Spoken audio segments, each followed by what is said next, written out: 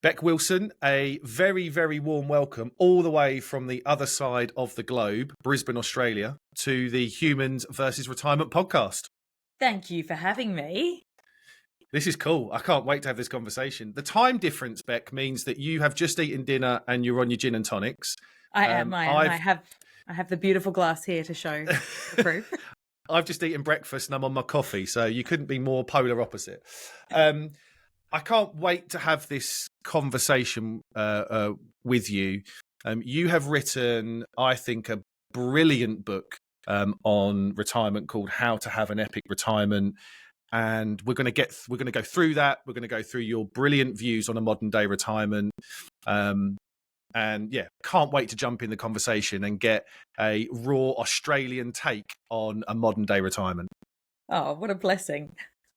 This is going to be cool. So tell me a bit about you. So I think your journey is really interesting, how you kind of have got into the retirement space, how you start to thought about it, and how really you've ended up writing this brilliant book. Yeah, look, 11 years ago, I was running a marketing business, working for a whole lot of corporates and mid-sized companies, actually, mainly. And they were asking me to help them with their whole business strategy based on economic trends. And I kept saying, watch what's happening with the baby boomer market. There's going to be some significant changes there. And I guess I was a bit of a marketing futurist and planner. And at some point I sort of sat back and went, why am I not watching the baby boom market? Why don't I do a bit of that? And so I started a blog, can you believe, with a $40 template in 2013 called Starts at 60.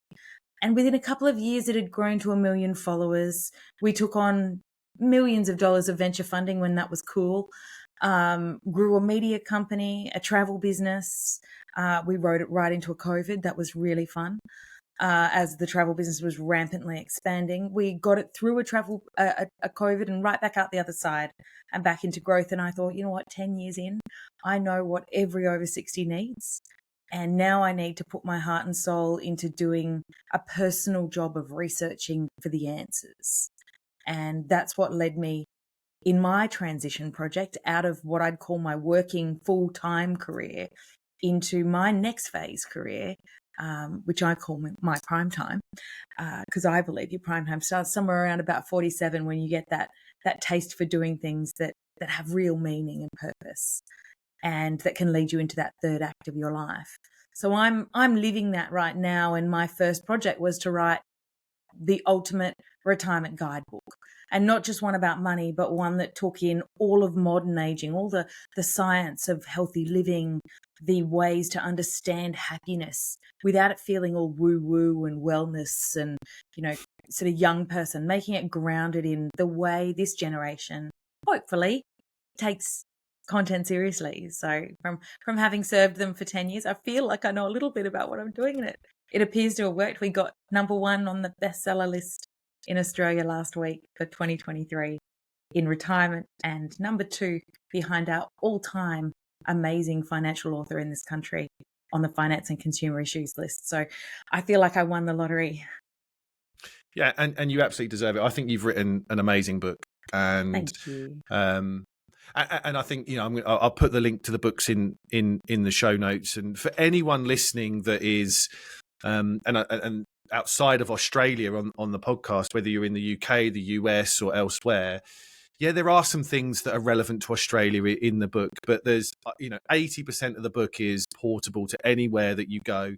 And in fact, I think it's really interesting to learn how good the country of Australia has been in setting up things to help people retire with purpose and meaning, because I think you guys have been at the forefront of some of this stuff actually globally. So we can maybe touch on that a little bit as we move on. So thoroughly well deserved. I think Australia is at the forefront of this whole sector, and financially we are very advanced. We know the superannuation system, which was brought in 32 years ago, is absolutely top of its game for driving compound investing, which is the thing that underpins financial confidence later in life.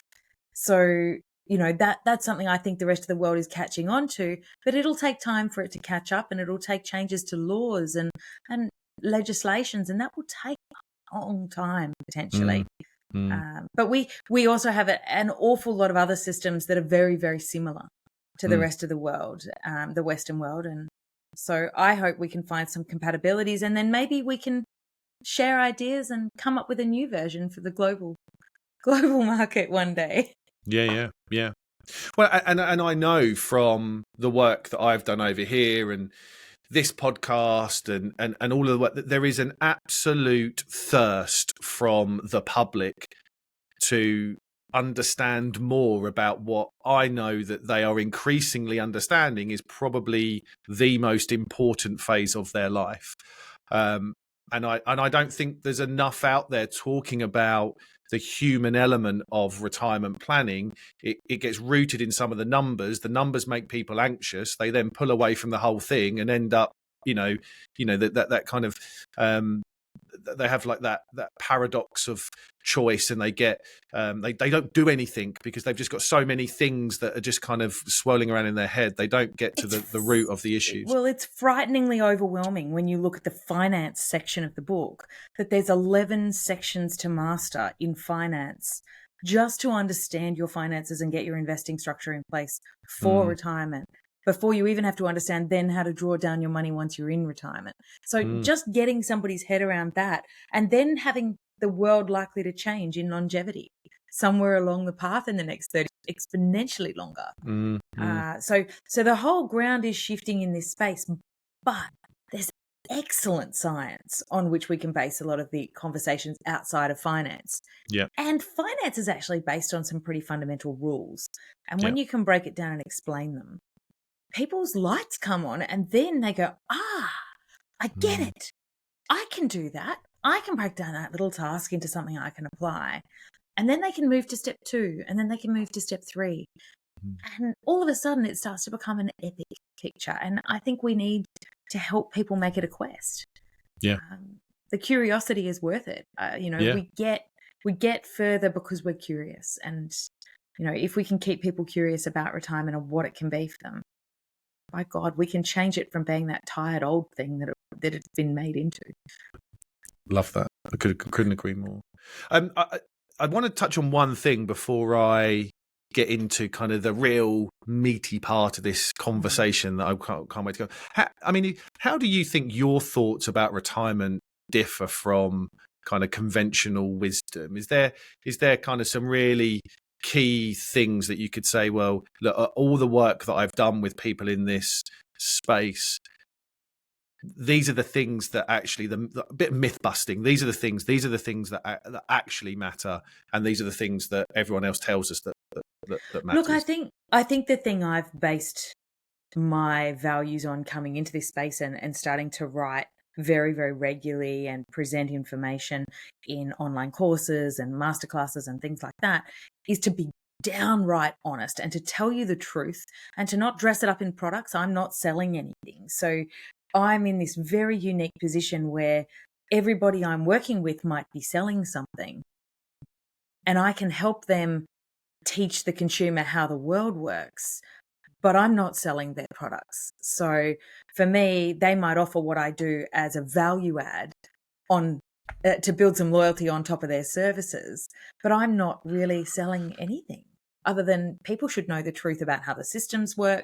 They should know where it's tricky and where they should be prepared for some sticky mud where people have found trouble before, and I can raise a red flag and say, here, just be careful if you're thinking of getting a credit card after the age of 55 because it can be bloody hard. Just be careful if you pay off your mortgage and then want to take some more debt, because no bank wants a 60-year-old customer as a mortgage debt holder. Thinking about the way the systems work and just knowing that.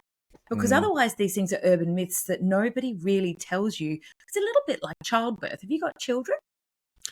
I've got 2 daughters. Yeah, I didn't give birth to them though, so I can't really go. You may remember, as a woman, I remember the period before I had children where everybody made it out to be this beautifully rosy thing, and nobody tells you about the crappy bits until after. And then all the mothers sit in forums privately delivering woe to each other about how to deal with the trouble, right? Yeah. Well, there's none of that in retirement. Financial advisors hold the keys to how to navigate it. Right. Yeah. And they're really the only people with enough learned experience from listening to people's pain. And there's nobody else, because journalists can't interview enough people because old people No. aren't sexy in the media, right? So we've, in order to really dig this open, you've got to be interested enough to go and ask people, to go and poke and prod, and to poke industry professionals, governments, legislators, and scientists, and real people, and just listen and try and figure out a way to tell the stories. It's so true, isn't it? It's so, as you say, you kind of go, oh, you should have children. They're amazing. And they're really hard work. And quite a lot of the time, it's not amazing. And even as I've got a 15-year-old and a 13-year-old. And yes, I mean, it's tough. It's tough work. But and as you said, these forums that people go on and stuff like that, I mean, my wife's on them, and you kind of look in some of them and think, oh my God, these poor women that are trying to kind of lean on each other to sort this stuff out. And you're absolutely right in making that comparison. But retirement's a bit different, because you come in with this idealistic view, or you come in afraid of it, and that's one or the other, right? And I don't want to dress it up. Like, the book cover is magical. It's meant to be a sunrise, not a sunset. It's meant to be a bit of Indiana Jones and the epic quest. And that is meant to say something about staying curious, about pushing yourself to keep learning, about being in a position of moving forward at a vibration level that's positive. But not everybody has that when they come in. So, there's some of if nobody tells you the rules, that you can't go into this tired and fatigued, you can't go into it lazy, or you don't get the epic out, right? That's the bit I really want people to know. So I want people to know what levers they've got to pull. Yeah, because they don't have retirement coaches. I don't know. In Australia, there's not really retirement coaches, and I don't think people would part with money that often for a retirement coach. Super funds aren't offering it as a service. It's financial planning that we do for retirement. We don't do, what the hell are you going to do after you stop working, discussions. Yeah, no, I think, I think it roots itself into how, and we talked for a good 10 or so minutes before hitting record about this. It roots itself in the financial services industry that has vested interest in shifting products to make themselves money. They make us all believe that it's a money problem that can get solved by money solutions. And unfortunately, that's where a lot of financial advisors still sit. And I think our collective mission around this is to go, well, actually, I believe it's a human problem solved by human-based conversations and solutions. And actually, a bit like, I play golf, a bit like a golf bag. You've got many clubs that can hit the ball different distances. Yeah. You've got many different things. And I think it's often like we're just carrying one club in a bag, and it's the club of the pension or the money. And we know all of the evidence and the science suggests to us that money is, one of the, if not the most anxiety driving, emotive subjects that we can get. I've said many times on this podcast, I've had couples sit in front of me say that they would rather talk about their sex life than their money situation, right? They feel more comfortable talking about their sex life. Just like everyone's let that sink in, because in England, money. I mean, that's a big call in England, and we're reserved, right? And we are reserved. But we know that. So we're trying to hit this problem over the head with a money thing that causes more anxiety. And what we're not doing is tackling, as much as I think, look, money is important. We know that. But tackling the human element of this and the journey that people go on during their work, in the transition out of work, to having more time on their hands, to thinking about what they're doing, to thinking about their purpose and their passions, and what makes them tick and what's really, truly important to them. As you said, being curious, learning, growing, all of that stuff we don't explore with as much as what we should do. And it's like a big wheel, because if you start at one area of it, you find that if you haven't talked about what you're going to do with your time, you can't get a reasonable budget going on around how you're going to spend your money on what you're going to do with your days. And you can't then, okay, so you want to travel. Have you thought about how much money you're actually going to have so that you can set reasonable travel budgets that are within your means? You've kind of got to get the whole picture going all at once, which is why when I wrote Epic Retirement, I actually wrote the money section twice, ripped it up, rewrote it again, because I needed to write a lot of the other spine of the book and then come back and rewrite the money section to recognize just how to bed the thing together into the pillars, because it is so interwoven. I don't actually know how we've got so many money books on the market about retirement and so few books that touch on the tangled process. Yeah. I wanted to write a what to expect when you're expecting, which was the guidebook when I had a child, but for retirement, that was based on real insights into the way the systems work, the way life works, the way science works, the way aging works, so that you can make the right choices. It's so true. Bec, the people come in and say, one of the questions is, I've got this amount of money. How much can I spend? Right. The answer is, what do you want to do? Like that, you can't. And actually, the way that you have to explore your life to figure out what you want to do then probably goes down another 6, 7, 8, 10 levels. Yeah. So, it's not this kind of linear thing that happens. Spending in retirement is entirely flexible and I've done a load of work on this and had several podcast episodes about it, but does change, right? You want to spend more money at the front of your retirement when time and health is on your side than absolutely. You will do at the back end of your retirement. And actually, all the research across the Western world says that real-time spending falls by about 1%. But we seem to be obsessed about this. How much can I spend? Well, that's your money dictating your life. You need to let your life dictate what you want to do. And that then kind of, as you said, just weaves itself down and down and down. You have to live within your means, right? And that's the first thing I teach people when I'm not a financial advisor. I'm very, very cautious to say that I'm simply somebody who's learned all the rules of retirement and understood the systems quite well. And I always defer to the financial advisor in the room to check I've got it right. But the reality is, budgeting comes from having ambitions and goals and then saying, how can I get there? Can I get there, or do I need to adjust? Right. And if you don't have ambitions and goals, then you're going to live a small life. And I don't want people to think they have to live a small life. My mum's lived in a caravan for 4 years traveling around Australia on a government pension. Right. There is ways to live your life to the fullest economically. You just have to have the will. Everyone's different definition of fullest is different, right? Some people could have a wonderful, full and meaningful life, and it doesn't have to involve these massive kind of things, spending loads of money, right? And it's just making sure that everyone feels like they're in that position, that they can truly look within, find out what's important, and then figure out a way to use their assets and their time to support that. And I said before we hit record, many people spend more time planning a 2-week holiday than they do a 30-year or even 40-year retirement in brackets.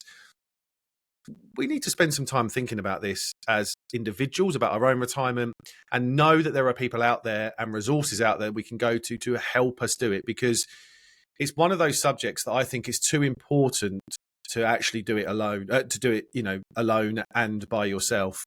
I actually think it's very difficult to independently kind of plan a retirement for yourself, because you're full of your own learnings and biases about stuff that you've read, and Dave down the pub done it like this and my parents done it like that, and you've got all this information that's probably 90% of it is wrong in your head. You need someone independent to look at this and go, well, this is what the evidence suggests. This is how it should work for you. This is what you've kind of said, and tease out the most important things to you, because it can take a bit of time to feel relaxed to have those kind of conversations. Look, and they say in every transition in life, you need someone to hold your hand through the sandstorm. When you're going through change, whether you're going through a divorce, whether you're going through a major change in life that's horrifying, you've lost a partner, something like that, or you're changing a major stage of your career in your 50s, say, and you've got to get through change. You've got to start all over again and feel different about yourself. They say find someone who will hold your hand in the sandstorm. And to be honest, you also need financial insight, because most of the time somebody who's holding your hand in the sandstorm for the emotional benefits doesn't have the financial insight. Mm. Yeah, and I think, but that's kind of what as you rightly said, I think this, if you kind of said, I need a retirement coach, I still think that you badge that into kind of life coaching. And I think it takes a certain individual to want to go and pay to have some life coaching, right? You need to feel like but actually, as financial planners, I do believe it's our duty to learn and understand the emotional side of this stuff, because we are uniquely positioned to have those conversations with people. They are not going to go anywhere and have these conversations with anyone apart from us. I agree. There is no other profession that touches this generation at the point of transition. Mm. And so there is nowhere else for them to go, because there is no other profession built up. Even for me to provide education, I bring my education through financial advisors and through superannuation funds, or pension funds, as you would call them. And they are the ongoing service providers to this consumer. Therefore, it makes sense that they offer the right education and the right help to consumers at this stage of their life. And it can be transformational for people to just take away these little kernels of insight into how to feel less anxious at each stage, how to examine where the anxiety is coming from, how to take active steps out of the anxiety if they're feeling it, know that it's normal to feel it even. Right, that alone, people write to me letters and notes all the time saying, I can't believe I felt this for a couple of years and I didn't know I was completely normal, and that there were things I could do. And things like relevance deprivation syndrome when you hit retirement, and they thought that there was something wrong with them, that they weren't enjoying retirement. And these are classically understood but perhaps never written down concepts that float through the industry. Right? The industry knows it happens. They know how to recognize it, but because the industry is so good at their jobs of personal service, they have to go one-on-one to provide people that insight. Do you know, one of the things that's really important that you said there, that and the feedback that we get from the wonderful clients and families that we look after, is that we've kind of we've intentionally built a community of people that are all roughly either in the same stage transition or gone through it, but unintentionally we've kind of brought them together, right? And they just, I mean, we've got kind of like a private Facebook group, and Awesome. we get clients together, and just by talking to other people that have been through something, real people, and they get so much value of going, oh, what, you felt like that too? Oh, I thought I was the only person ever that felt like that. And then just knowing that you're not alone in this, and there's other people that go through it, can be such a sense of comfort, right? Oh, the magic at some of my courses, when there's multiple people in a workshop room or in an online workshop room, is amazing to watch them connect with each other. It's not about necessarily what they're learning from me. They can learn just as much from other people. I mean, I love that about this whole journey. And you will see it at all stages of life, right? Learning from other people is really powerful when we're in change. And the world is changing so fast right now. I learn by listening to people. Oh, absolutely. Well, I've said many times, there's 28 released, 32 recorded podcast episodes of this, and I've learnt more having these conversations with people than any textbook could ever give me, and I learn a lot more by just sitting down and having conversations with real people about their real journey and how that can then impact.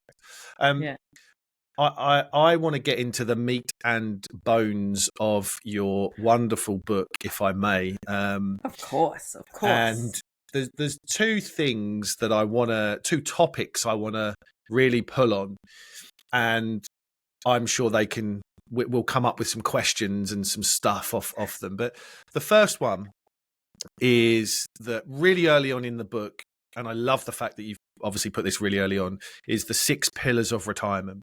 Your work and everything you've done, why you've come up with those 6 pillars, and maybe just elaborate on them a little bit, and we'll go through them, and we don't have to elaborate on all of them, but elaborate on some of the most important ones. But dive into those for me. So I think they're so relevant. Yeah, they present the underpinning structure of the book, because when I wrote the book, it needed a framework, because you couldn't just write about retirement as this sort of glob of stuff that happens in your life and then just keep dropping headings all the way through it. So I needed to invent a structure. And for me, it seemed very, very logical to approach it in this order. And I'll take you through the order, because you start with time. And by time, I mean, how long have you got left on this earth? If you're 47 when you're reading the book, or you're 67, you can take a sense of perspective based on the lifespan data. And I point people to where they can complete lifespan calculators. There's one on my website, but also to the government lifespan data, because the Australian government, and I'm sure other governments throughout the world, predict a lifespan based on historical insights. They don't base it on science and modern medicine and the evolving, changing health standards that we've got in our world. So the Australian government says that if I'm 65 today, will likely live to the age of 85 if I'm a man, or 88 if I'm a woman. And very similar in the UK, Bec. So we've got the Office of National Statistics, the ONS, and it's pretty much dead right, spot on with what they would say. And there's a little kind of on the government website, you go on and basically you just put your age and what sex you are. Yeah, that's it. And it's based off data that's in a table, and it just pulls the data point up. Now, I went to some actuaries and said, I want to go deeper. Have you got some calculators that incorporate some of the environmental data, the health data, the insights into how you exercise and eat? Because we know the science of aging tell us that if you are looking after your body, if you're interacting with others, if you have close family relationships, you're likely to live longer. And so there's one on my website at epicretirement.com.au that people can go and fill out, and it will show you their extrapolated age based on an actuarial target. And mine, for instance, is 103. At a 90%, at a 70% confidence. At a 90% confidence, I think it's 97. Right? So, and then you put your partner in, because the reality is that one in a partner is likely to live longer. And quite often, most people plan their retirements as a couple, not as a single person, unless you are single. And when you plan as a couple, you actually have to plan for the person who lives longest in the couple, not just plan for your own life and when you might drop off the perch, because your partner's reliant on the same pool of money. And that just gets you thinking. So we're thinking about our longevity, we're thinking about our time. So let's take a scenario where we're 60 today, and 50, this is a piece of data from the UK Parliament released in early last year in the UK Parliament. 50% of people in the UK born after 1971 are expected to live to 100. Does that make you fall in that cohort? Yeah. Does, yeah. So it's interesting, right? Because if we are basing our lifespan data on 88, we're going to expect, there's another piece of data in one of the Australian government reports on how long we might live over a longer period of time, that says that 12% of our lifespan will be spent in poor health if we're a man, and 13% if we're a woman. So you can take off, 8, 9, 10 years of your life for poor health. And a lot of that's at the end of life. So if you're 88 and you're expecting to be healthy until you say 80, right? You're then looking at life through a lens that if you live to 100, you've given up too early. And you've set your expectations on all the other parts, not just the financial parts, but the whole picture of life you've built in your head, around which you've set your goals, your expectations, your visions of what you're going to do. They're all broken, because if you live to 100 or 98, you're disappointed that you lived that long instead of excited. Right? So I just want to get everybody thinking for the future. If you're retiring tomorrow, it might not be absolutely as important, but it is, because you might have a 30-year retirement ahead of you. And if you don't go out and invent the things you want to do with interest, and think about how your money's going to last, and put it into the right investments so that it compounds throughout your retirement, and get the whole situation right, then you're not taking the thoughts about time in. And that's why I talk about time, is because it's a foundation stone for every other discussion. Because if you think, okay, I'm going to live 30 years, from when I retire. That's 1/3 of your life. Yeah, it's mad. Yeah. Right. How many of your Yeah. years, right? You think about life in 3 phases. We spend the first third of our life learning, basically, and building up to a plateau where we are able to be in a career. Then we spend the second third of our life working in a full-blown job, paying off mortgages and debt and fulfilling our family obligations. But pretty much all of us used to die within 10 years of that window in the previous generations. So now there's no generations before these ones that have ever had a third phase of life that's been holistic enough to want to learn all over again in your 50s and 60s so that you could have a great 70s, 80s and 90s. And you could apply that into education, apply it into changing career paths, changing the way you look after your body. You know, just that continuous behavior that we can shift into that we might previously have wound down at this stage of life. And I'd be sad if I wound down in my 60s. Yeah. So that's why time. Did I go on too long on time? No. Because ultimately, look, if we knew the day we were going to die, you wouldn't have a book called this, really, would you? I mean, it's kind of like if we knew that day, financial advice and financial planning wouldn't exist because it's a pretty simple maths equation then, right? Yep. It's kind of like, I know how much money I need. So that's the biggest variable, but also the biggest variable that I think people completely have a misunderstanding of. And as you said, quite rightly, and again, I've said many times on the podcast, in my mind, there are 2 types of time or time spans. You've got health span and lifespan. And we need to, and the data coming out of the UK and the US is very similar to what you've said. It's, there's a kind of between 10 and 15 year kind of end of health span time before you typically then pass away. So this is about understanding. Hoping it's shorter than that, I'll be honest. And the science of healthy aging that's coming out of the US and the UK right now, I have to read about your country to get my research, is the fun part. And then I write it back here and send it back over, right? But the research that's coming out in the science of modern aging is telling us how to look after our bodies and condense the poor years of our life down and have a longer, stronger health span.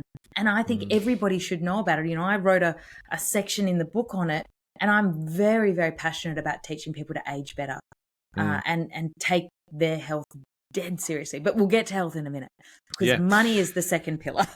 Yeah, no. So look, time foundation, completely agree. I think it is so important to understand that and not just rely on a backward-looking statistical thing to give you this thing. That's why for all of our clients, we plan for the 100-year life, right? We plan for the I'm last talking to person. Andrew Scott in a couple of weeks on my podcast, so I'm very excited. No, really cool, right? So, and again, as you said, viewing it as a couple, people don't necessarily understand statistics very well. Yeah, it's like, so I've got a 50% chance of living to X.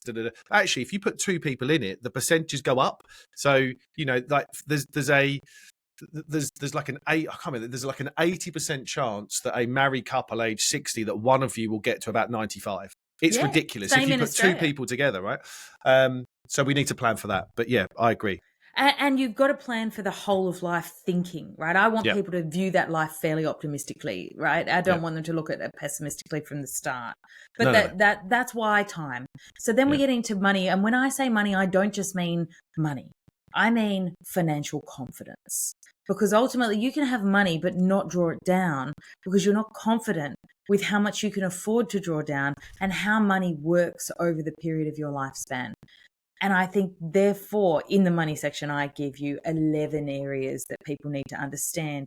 And I start with the systems and processes of retirement. In Australia, we have a pension system. It's a little bit different to the UK and definitely different to the US.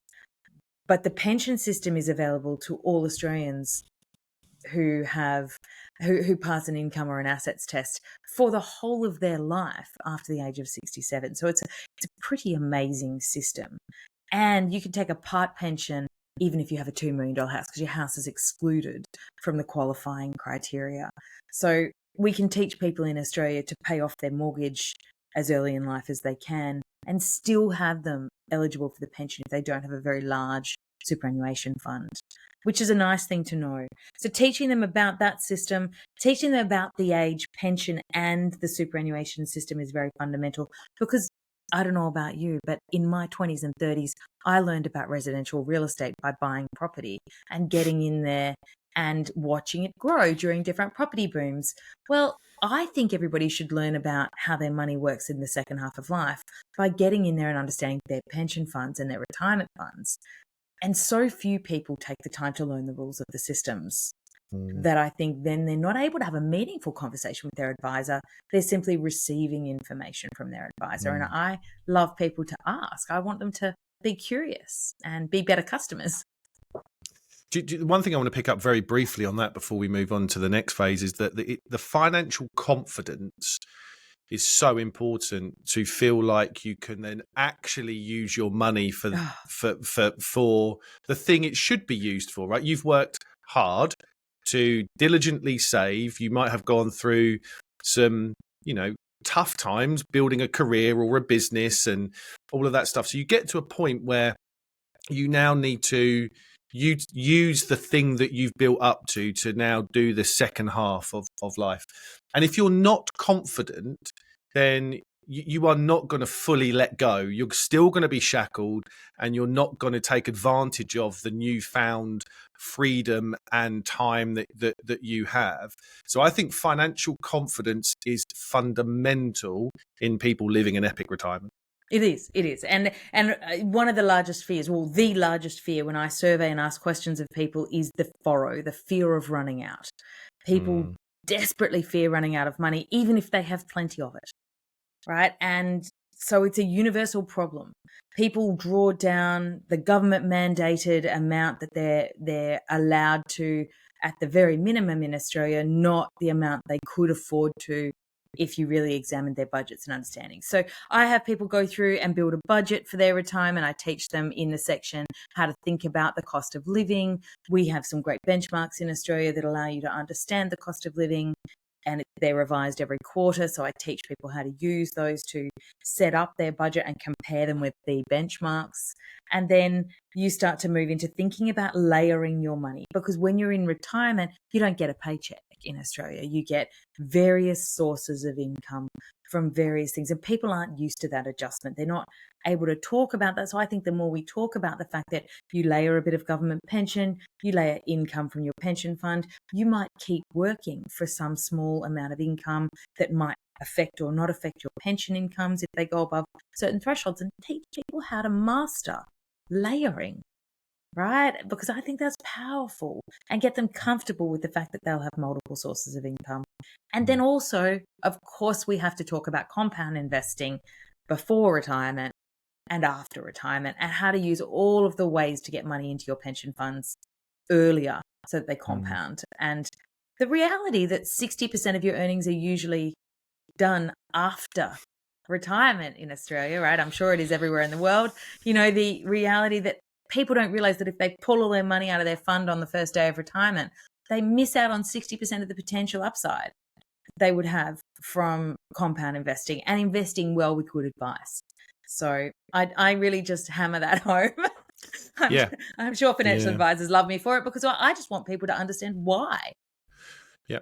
Well, and inflation is one of the biggest risks to people's retirement. Retaining purchasing power throughout your life is, a pound or a dollar spent today is less than a pound or dollar spent in 20 years' time. And if you want to feel financially confident that you can turn the heating on to a degree, or do the things that you need to do and live independently in later life, then the costs are going to go up. So compounding returns is really one of the only ways to kind of give yourself some sort of chance of success in making sure that you do that.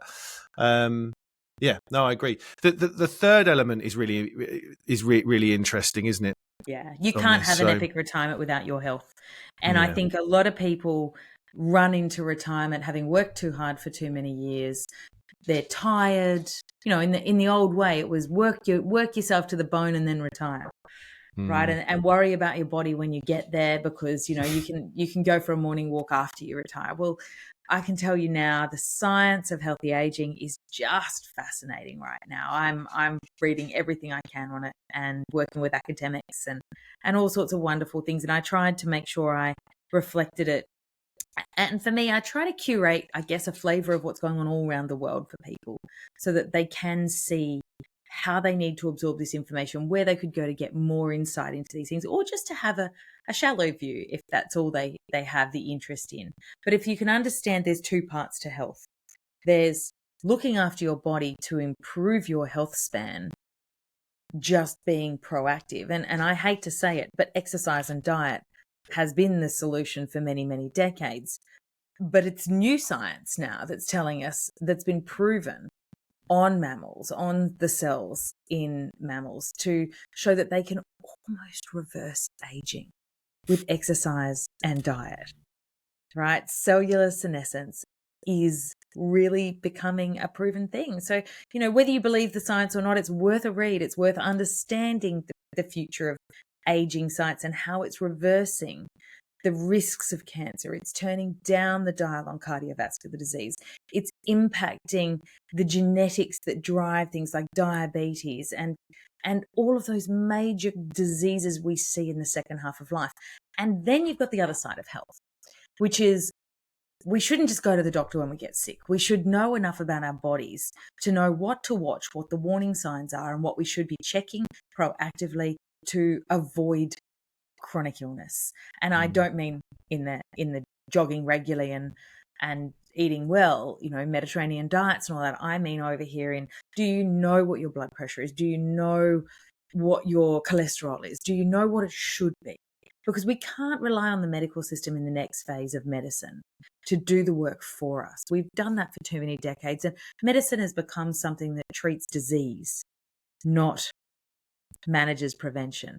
We have to change the whole mindset. And the older generations have the lowest health literacy in our modern world. Younger kids are coming through school and getting a lot of health literacy given to them, and mindfulness literacy and mental health literacy. But the generations that we're in and the ones that are older than us need more of the current health literacy support and guidance. And so I went and did all of my homework, and I found every single test that you can get in Australia, sponsored by the government, and not sponsored by the government, and all the metrics you should be measuring in your body, and make sure they're in the book.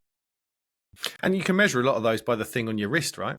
Or something yes. now. So, the information I know information in the wrong hands or with the wrong knowledge is somewhat dangerous. But, I think now the wearable technology that we have, it can be, there's rings that you can wear that track your sleep. There's obviously watches.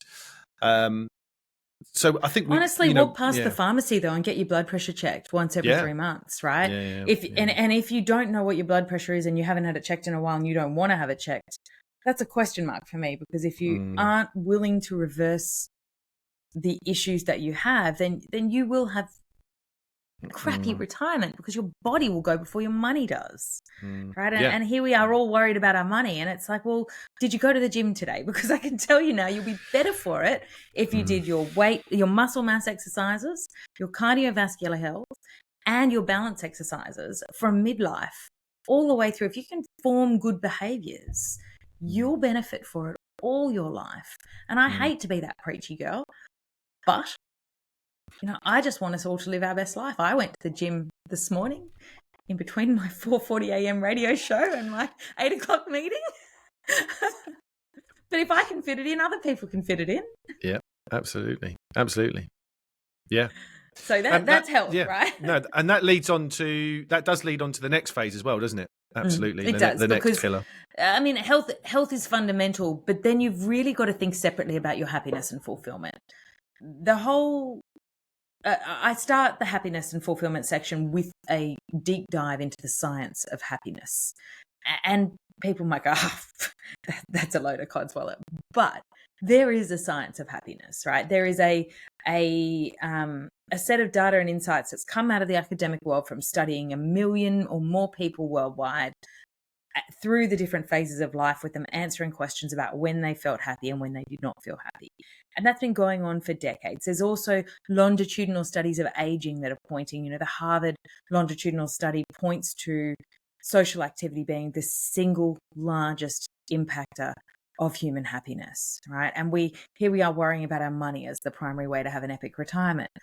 I can tell you now, social interaction, you know, building families and friendships and community around you is absolutely and irreplaceably important in your retirement. And it's probably the hardest thing for people to do at this stage of life. It's harder to make friends because you're living a life a little bit more isolated. You don't gather with as many people.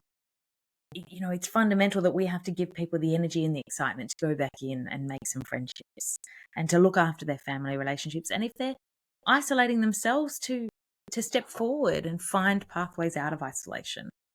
It's actually the biggest epidemic in the world right now is aging isolation. Yeah. No, I agree. Yeah. So happiness is twofold. You've got the fundamental parts of happiness that are driven by short-term things that we do, you know, the hedonism, and finding and enjoying the moment. And then you've got the second part of happiness, which is really finding meaning in your life and looking for the ways that you can use things that you value, skills that you value, and skills that put you in the zone to give your life a sense of purpose if you're not working, or to keep working in some ways and really find things to do with your days. I talk a lot about finding epic pursuits, thinking about finding roles in your life that have meaning. And I walk people through the process of considering ways to get involved in communities as well. It's fundamental, isn't it? I love it. And I've quoted and read the Harvard study many times. And I think again, I've said it a few times on the podcast, but that eye-opening piece of research that says about social connections, and the number one thing that people miss from the number one challenge of retirees through this study is the social interactions they miss through work. Yeah. So, you know, I think that's so important, and I encourage, and I've linked it to a few, but I encourage anyone to go back and read there's good summaries of that study to read. Sorry, go on. And I don't think in the future that our generations will give up work as quickly. And I don't think there'll be cold, hard retirements where we get a gold watch and stop work. I think we're heading for an era and a generation that's going to understand the value and the importance of work. We're also in a generation where workplaces can't afford to lose people out of the workforce. So they need us to stay one foot in and to have our epic retirement while we're still working. So, you know, that's why I called my podcast Prime Time, because I think the next phase is living a long prime time from early 50s right through to your 70s. And then when you absolutely tested out retirement from the sidelines of work so many times and for so long that you're ready to fully retire, it's really easy to turn off the last 2 days a week that you're doing and move over into your leisure activities that you've already built up. Yeah.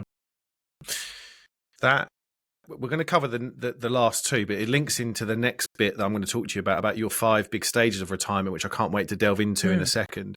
But actually, pillar number 5 is I think linked to some happiness and fulfillment, right? Oh, because yes. a lot of people like to set you up. What do they like to do? Travel. And Australians love to travel. I think we are the most traveled nation in the world. And our retirees are possibly well financially secured and by and large to travel all over the world. And I think we're the largest volume of passport holders in our country. The Brits aren't far behind, but the Americans do it differently. Not as many passport holders, not as many travellers in their retirement in the voracious way that we travel. So I have run a travel company for 6 years and watched over 60s travel behaviours. So I was able to, and also how the travel industry works, so I was able to tell the secrets of how to get a good deal in the book. And I think they're probably pretty universal. So I won't give too many of them away, but I will say if you want to know the secrets of how to get a good deal on your travel, I've certainly told the secrets of the industry and how you can go and find cracker deals from operators and where to look and where they won't tell you they're doing it. But if you can read between the lines, you'll know which ones to look for and how to look for it. And then really I've sat there and given everybody the best selling holidays in order. I've talked about the bucket list trips people dream of so that we could inspire some conversation around bucket list development, because I don't think people go in with anything other than I guess, dinner party conversations and Facebook photos to go on to decide what they want to do, and we don't want to work off human envy. We really just want to know what everybody's doing that's really, really popular and go, oh, Mm. yeah, okay, I can work through those first. One thing Mm. I love to talk about in travel is a story I tell at the beginning of the travel section, which was told to me by one of my peers who's 59. She's starting to walk back her career into part-time because she wants to be able to travel more. And she has this attitude to traveling, which is she's got about 23 big trips in her, she thinks, for the rest of her life at 59, before she hits the point where you can't get big travel insurance anymore. It's hard to get travel insurance after the age of 80.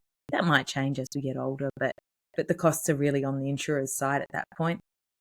So she says, I've probably got 10 years of trekking holidays and climbing and doing hard things with packs and big suitcases and, being able to be very, very energetic. Then I've got another 10 years of slightly closer to home and less arduous travel in me. And then maybe the last 3 or 4 years, I'm doing quiet local stuff. But I don't intend to not travel, was her attitude. So she just wants to make sure that she gets out there and does it while she's fit now. Brilliant. I think anyone in their Love 70s will tell you that it's real. Yeah. Oh, I said, I mean, we've got a really good community of sailors around our area and as clients. And, we've got people in their 70s that are sailing quite extensively, that go out on their boats for 3, 4, 5 months a year. And, they want to continue to do that. Your last pillar is actually quite interesting. I don't think, if you kind of had to write down pillars, I think time, money, health, happiness would be, I wouldn't say it surprises many people. I love your definitions of it. But your last one I think is really interesting. So it's called Your Home as You Age.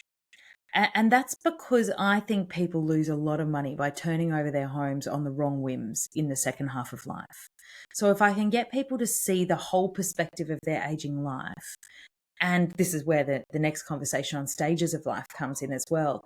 If you get perspective, you can then try and make your housing decisions earlier with perspective ahead of you, because it costs you in Australia about 100 to turn over a house between the taxes and the real estate agent's fees.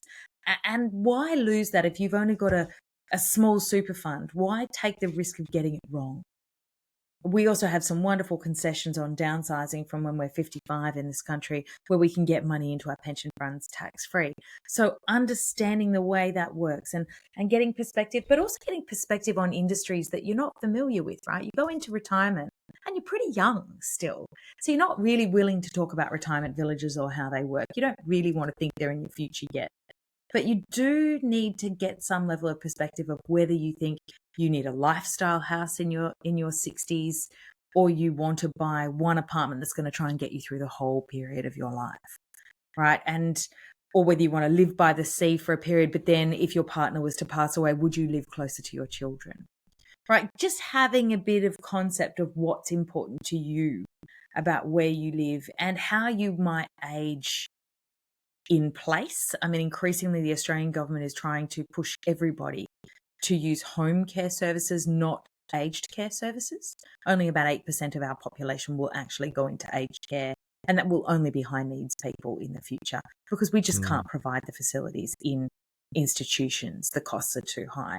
So we've got this wonderful subsidised home care system that people can access from the age of 65 once their health starts to decline. But if you then need to be living somewhere where you need to be able to have stairs modified and bathrooms modified and thought about that, you may not want to think about it. And I don't want anybody to have to act on it too early in life. But I just want to give people that big perspective so that they don't make rash decisions in their early 70s that they then have to reverse, 2 years later, because it was just a rash decision. Yeah. There's two things you said in your book before we move on to the stages of retirement about the home that I just want to bring through. And so you said something along the lines of, in retirement, your home should suit your needs, not just be held on as your legacy, which I think that's that framework. People go, oh, do you know what? I'm going to live in this thing. It's got no mortgage. I'm going to pass it on to my children. It's fine.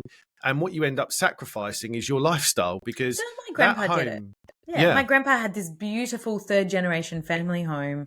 You know, he was from I guess you'd call it society in Australia. Not that we have any, but he felt it was very important. He earned all his money as a solicitor, and he wanted his daughters to have this for their future. And he'd spent his whole life counting down to die, and he was told he had a year to live when I was born, but he lived all the way till I was 20 something. Right, so he'd been trying to die for many, many years. And this legacy of his house had been willed to them and talked about. And, they promptly sold the bloody thing and split the money, fought over it. And that's just reality in life, right? We're not in a generation there where anybody can afford to hold on to long-standing family properties, or at least not in Australia. Necessarily, we're in an era where people move on from that into their modern lives. And I think I'd like the generation to be moderately selfish. I'd like you to look after yourself first. Think like the aeroplanes, where they put the mask on yourself and then your children. Yeah. Well, and it comes back to what you put, and I love this, one of the headings of your book: your home is no longer your castle, it's your golden goose. I love that. Right? People think that it's that thing, but actually there's, huge amounts of people's wealth is tied up in their home. And as you said, the vast majority of families that are left behind after the owners have passed away fight over the bloody asset anyway. So, we need to start thinking, I think, thinking very, very, very differently about our home, making sure that wherever we live in retirement, and we can change where we live, we can right size or downsize, but that home suits our retirement needs, both from a kind of makeup of the home point of view and how we might age in it, as well as our financial needs. So I think it's so important. Yeah, I don't want somebody living in poverty because the money's all tied up in the house. Oh, nuts, right? Because I don't want to leave it to the kids. I mean, just absolutely get that. Everybody get that out of your head right now. So I just want to spend the next 10 or so minutes, and maybe it'll be shorter, but however long it takes to elaborate and discuss, I think, one of the most relevant and brilliant things you've written in your book, and that is the 5 big stages of retirement. I'm going to say them out loud, and then we're going to go through them. So I think it's really interesting to think about this. So pre-euphoria, adjustment, euphoria, post-euphoria, and frailty. Yeah. And I just think that actually it would resonate with everybody. So let's run through them. So where are we in life in our pre-euphoria stage of retirement planning? So pre-euphoria is the stage where we're saving for retirement. It's the period where we're anticipating and building up our picture of retirement. We're getting excited. The only other time of life I can relate this to is that time before you had your first child. The great feeling of anticipation. There's something exciting ahead and I can't wait. It's going to be so good. Oh my God, I'm counting down to the day that it happens. And honestly, this is a traditional retirement because we can have pre-euphoria for decades in prime time. Right? We don't have to go into euphoria. We can live 1 foot in pre-euphoria and 1 foot in euphoria and never deal with adjustment. But I'll tell you that in a minute. Right? So pre-euphoria is this preparation phase. You can start this phase anywhere in your 50s normally, and you're starting to build a picture. Right? If you haven't got a picture, you need to start building one because it can be exciting just to have one and look forward to the next phase of your life and start to dream about the ways you get those best bits in. If you don't have goals, you won't chase the goals. And I think that's the biggest tragedy there can be. So then you move from pre-euphoria into adjustment, right? You hit the turning point of retirement and you say, I am now retired. Now that might be simply a numerical thing where you tell the government you're retired, you technically give up work because in Australia you need to either hit the age of 65 or completely stop work for a hot minute before you can go back. So that you can access your pension fund. You can access it, continue accessing it even if you go back to work, incidentally. But that adjustment phase is actually very, very real. And there's a wonderful book I love to refer people to read about transitions in life by William Bridges. It's actually the foundational book for change management. And when you read it and then you relate it back to retirement, and I talk about this book, it's just so real to understand that you go through an ending, a middle zone where you feel as lost as hell. And then there's a new beginning because you go out in the middle zone and start to look for ways to find fulfillment. And if you don't go out and look, if you don't accept there's an ending, right? You sit there saying, no, I haven't ended. My friends at work still want to talk to me. Oh, but they don't call me back anymore. Oh, well, I don't need new friends. You know, all of that whole thinking where you don't get off your backside and go and say, I've actually left. They are busy. They are in their world, gas bagging at the water fountain, not worrying about the people that aren't there to stand with them. Right. So you need new places to go, new people to do it with. And accepting that is the first point. Go into that middle zone and recognize that you've got to go looking for yourself, right? For the things that are going to make fulfillment in your life, for the ways to live your life in the next phase. And then those little sparks of new beginning will come and you will feel enormous excitement on the other side of adjustment. But I've found family members curled up in corners in tears in the adjustment phase. I've found friends really struggle with it. And many people in hindsight will talk about how their adjustment phase was very, very hard, but they didn't even know when they were in the middle of it enough to recognize it. So their wives recognize it, their partners recognize it. But yeah, adjustment's real. Then you get into euphoria, right? You really get in the swing of retirement. I can remember getting a phone call. I was in London as a teenager, as a 20-something, and my mother-in-law rings up and she's dancing on a table in a ski resort, having just retired. And I know I can actually relate the moment to when she was in euphoria, right? And it's this feeling of perpetual excitement. We've got it right. We're enjoying these things. We're loving them. I want to do more. I want to try more travel because that was such a good experience. I need to book another one. I enjoyed that dancing class so much. We've got to go next week. I can't wait to try another new golf club in Scotland, right? What is it that you're doing that you look forward to and you want to do more and more and more? And euphoria is that phase where you can't get enough. And euphoria it goes on for a long time. If you get it right, if you've really done your work, that I teach you in Epic Retirement, and that most people, sometimes they get tired of doing the work, So I want to egg you on to make your euphoria last, and to keep investing in your own curiosity and your own courage to get back out there and look for things and keep that excitement alive. And then, something happens usually that brings you into post-euphoria. Either your physical health starts to decline, or your partner's physical health has a moment, or you just get tired, right? You can't keep going at that pace forever. So people then say, okay, post-euphoria is just a different phase of life.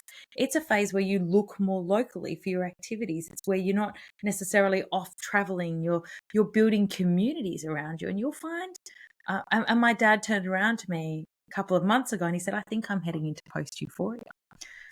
That is in his local political party, writing letters to the local council, he's everything he can recognize in that.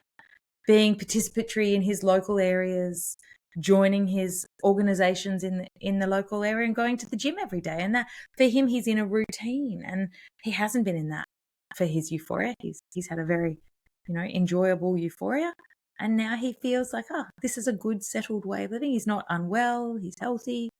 But he's 77 and he wants to have a more settled life. Yeah. And I think that's worth recognizing, that it doesn't have to be bad. You need to find your fun some other places. Absolutely. And then post-euphoria goes along as long as you're independent, right? And at that point, when you hit frailty, you will need help. Right? You won't be able to do frailty alone. So your goal in life is to actually engineer your retirement to minimize the amount of time you spend in frailty by exercising now, so that your body lasts longer and your mind lasts longer. And you go through these good phases and you get to hold on to all the good bits and really enjoy them. And frailty is just hopefully a shelf at the end. Yeah. That goes quickly if we get it right. I think it's just such a wonderful model to think about. And as you say, you can kind of label them you can uniquely label them, right? You can kind of think of words that resonate with you and go, what does that bit between the ages of, say, late 40s to, actually thinking about retiring, what do I want to label that? That's typically the bit where in your book you call about kind of the kids getting their P plates. So your prime time. your prime time, right? Empty nesting, kids are moving Yeah. out, bit more freedom. You're building up a pot of money that gives you a bit more confidence about the future. And actually, you can do a lot of stuff in that pre-euphoria stage. Holidays become different. You might have a I bit think more the next freedom and all of that, generation right? will. Yeah, the next Yeah, generation is going to absolutely. do an extraordinary amount before retirement, and Absolutely. retirement will be later. It will be the line into retirement will be quite grey, I think, as well. Yes.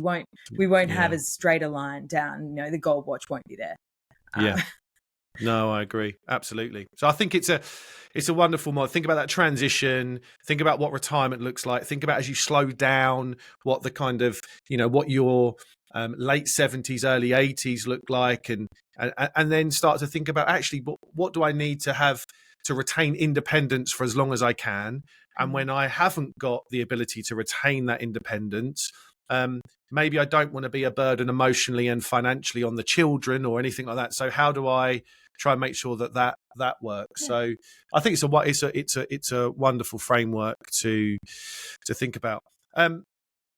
Bec, this has been such a brilliant conversation, and we're kind of just past the hour mark, and so I want to kind of That wrap went this up. I think fast. no, I know. Honestly, it's been so good, and I'm sure we'll do Bec and Dan volume 2 at some point, right? So We have to. because we've got so much more. I've got a list of questions that I never got to that I want to ask you, but I really want to thank you for coming on. I encourage everybody to buy Bec's book, to listen to her podcast Prime Time, to go on her website, which all the links will be on there. The writing that you do, the courses that you offer, the knowledge and wisdom that you give back is so vital to this stage of life. So thank you for your work.